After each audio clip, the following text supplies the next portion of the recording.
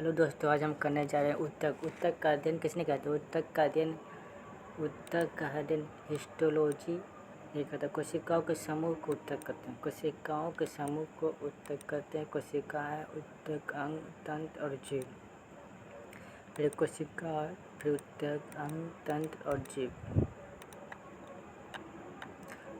पौधे में अधिकांश उत्तक सहायक होते हैं उसे जो उन्हें संरचनात्मक मजबूती प्रदान करते हैं। ये उत्तक मृत होते हैं क्योंकि मृत कोशिकाएं जीवित कोशिकाओं की तरह ही आसानी से यांत्रिक शक्ति प्रदान कर सकती और उन्हें कम रखरखाव की आवश्यकता होती है।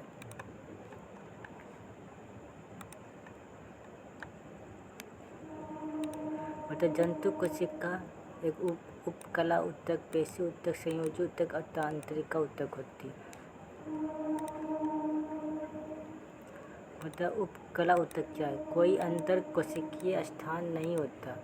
जंतु में आवरण या सुरक्षात्मक उत्तक उपकला उत्तक है।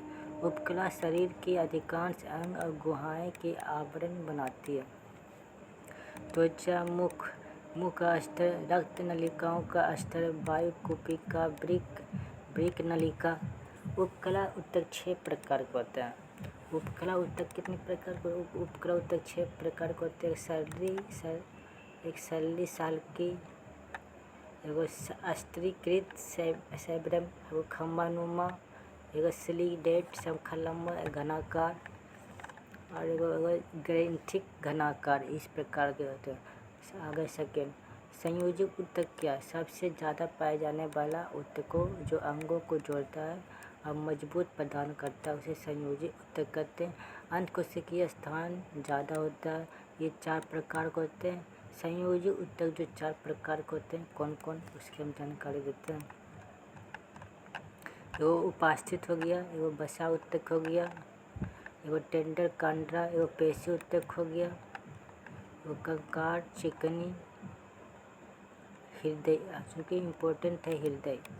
ये हृदय के अंदर होता है। इनकी क्रिया अनैतिक होती है। तंत्रिका उत्तक क्या? तंत्रिका उत्तक तंत्रिका तंत्र के भाग होते हैं। जब बहुत सारी तंत्रिका आपस में जुड़ जाती है तो तंत्रिका उत्तक का निर्माण करती है। रक्त क्या है? रक्त रुधिर को संयोजी उत्तक है, एक द्रव संयोजी उत्तक है। रक्त क्या?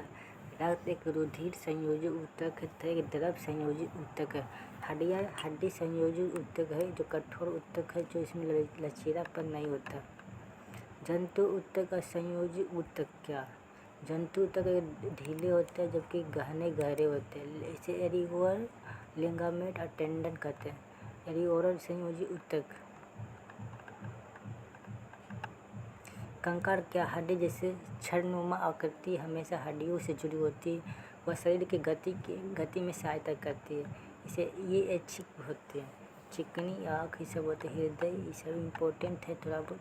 अब पढ़ेंगे पादप उत्तक के बारे में।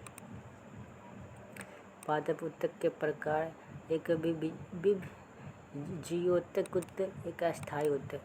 विभजियोतक उत्तक के 3 प्रकार होते हैं। शीर्ष विभजियोतक, अंतर्वेशी विभजियोतक एवं पार्श्व विभजियोतक।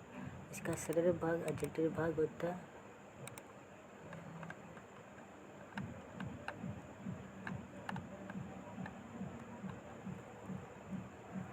बोलता अस्थायी उत्तक क्या? अस्थायी उत्तक ऐसे पादप कोशिकाएं होते हैं जिसमें सक्रिय विभाजन की क्षमता का अभाव होता है, उसे अस्थायी उत्तक कहते हैं।